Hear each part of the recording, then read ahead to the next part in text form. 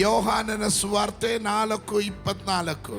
ದೇವರು ಆತ್ಮಸ್ವರೂಪನು, ಆತನನ್ನು ಆರಾಧಿಸುವವರು ಆತ್ಮೀಯ ರೀತಿಯಲ್ಲಿ ಸತ್ಯಕ್ಕೆ ತಕ್ಕ ಹಾಗೆ ಆರಾಧಿಸಬೇಕು ಅಂದನು. ಆರಾಧನೆಯು ಐಕ್ಯವಲ್ಲ, ಅದು ಪರಲೋಕದ ಜೋಡಣೆ.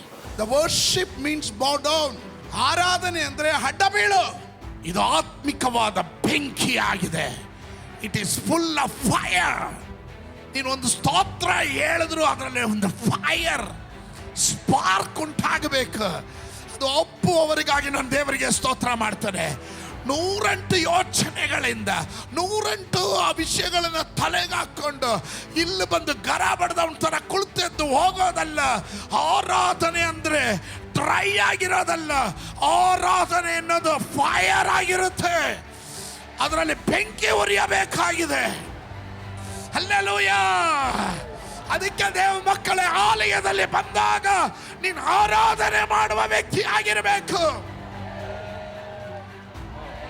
ಇವತ್ತು ಯೇಸುವಿನ ನಾಮದಲ್ಲಿ ಆರಾಧನೆ ಯಾರು ಲೀಡ್ ಮಾಡ್ತಾರೆ ಅನ್ನೋದಲ್ಲ ವಿಷಯ, ಆರಾಧನೆ ಯಾರಿಗುಳ್ಳದು ಎನ್ನೋದು ವಿಷಯ. ಹಲ್ಲೆಲೂಯಾ. ನೀನು ಆರಾಧನೆ ಮಾಡೋದು ಮನುಷ್ಯರನ್ನ ಮೆಚ್ಚಿಸೋದಕ್ಕಲ್ಲ.